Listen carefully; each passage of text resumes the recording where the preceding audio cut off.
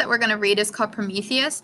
And I just wanted to give you some background info on Greek mythology and the story itself, just so that way you're not completely lost whenever we get started.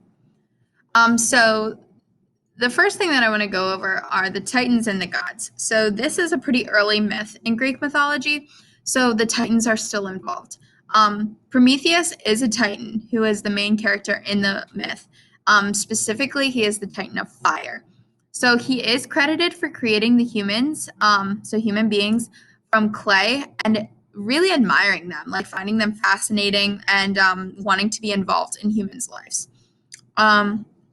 Titans were known as powerful giants, and the gods, the Olympians, the ones that you're probably most familiar with, if you're familiar at all, came and they overthrew the Titans. So the gods came and they just overthrew. So the Titans, some of them were killed, some of them actually aided the gods in overthrowing the Titans.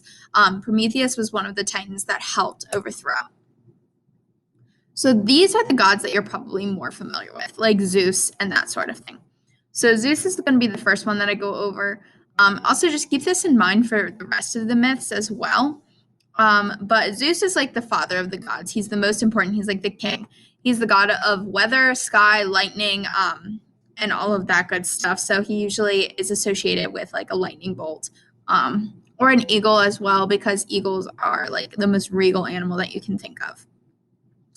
Hera is the queen of the gods. So she is the goddess of women, children, and marriage, and she's actually married to Zeus. So she does get a little bit jealous, though, because Zeus is a little, he's not exactly the most loyal person, and cheats on her sometimes. So she's a little insecure. It's also kind of ironic since she is the goddess of marriage.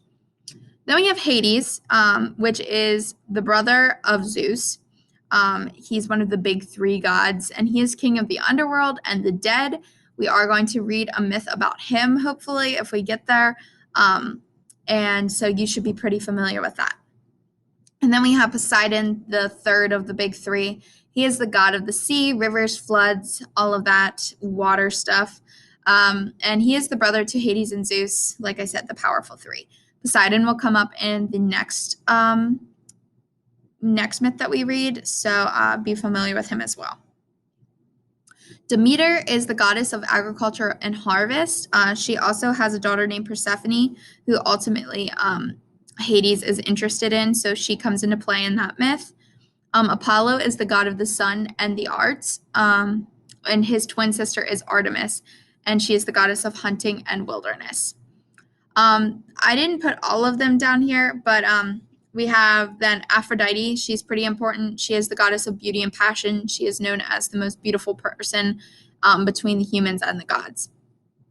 We then have Ares, who is the god of war, and Athena, who is the goddess of wisdom and strategy. So she's also very good at war.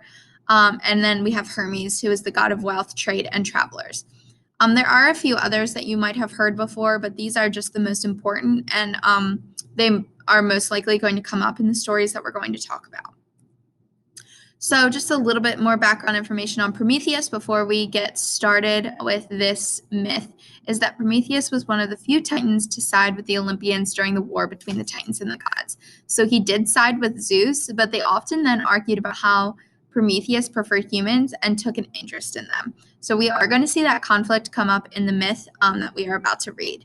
So just a little bit of background information for you, and hopefully you understand it a little bit better now.